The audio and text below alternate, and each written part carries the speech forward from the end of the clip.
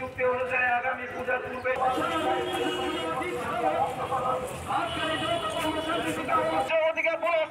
অবিলম্বে মিটিয়ে দিতে হবে।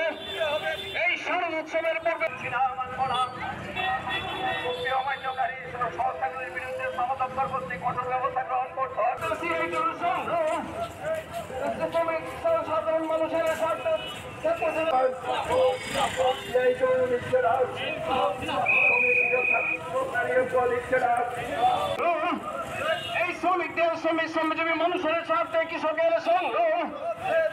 চেষ্টা করেছিলাম, শ্রমমন্ত্রী আমাদের সাথে কথা বলার সময় গত 1 মাসে পাননি।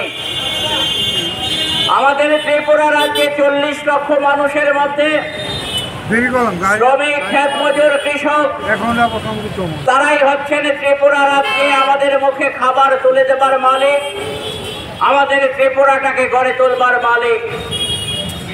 আর এই শ্রমজীবী মানুষ প্রতি বছর বামফ্রন্ট সরকারের সময় আমরা দেখেছি এমন কোন শ্রমিক বাদ যেতেন না যারা উৎসবের আগে কেউ বোনাস, কেউ এসদেশিয়া, কেউ অনুদান সেখানে পেতেন না।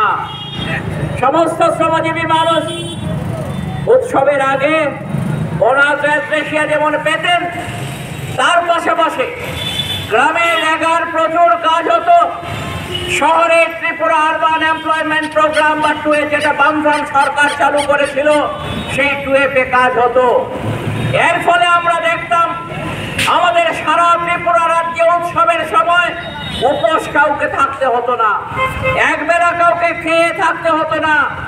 আমরা দেখেছি যে সেখানে এই জায়গাটাতে আজকে বিজেপি সরকার আসার পর এখানটাতে সারা ত্রিপুরা রাজ্যে অভাব, হাহাকার, মানুষ খেতে পারছেন না, মা তার প্রাণপ্রিয় সন্তানকে বিক্রি করে দিতে বাধ্য হচ্ছেন। এই হচ্ছে বিজেপি সরকার।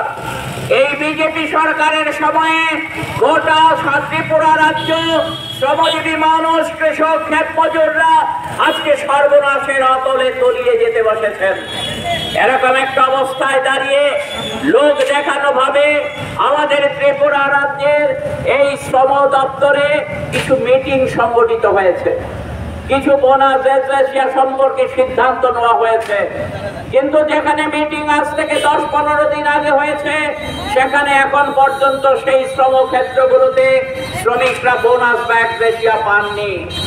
এখনো ত্রিপুরা রাজ্যের সমস্ত গ্রাম পাহাড়ে রেগার কাজ সবাই পাননি, টুয়েপের কাজ সবাই পাননি। যারাও বা কাজ পেয়েছেন, আমরা নিশ্চিত নয় যে না উৎসবের আগে তাদের হাতে টাকা পৌঁছবে।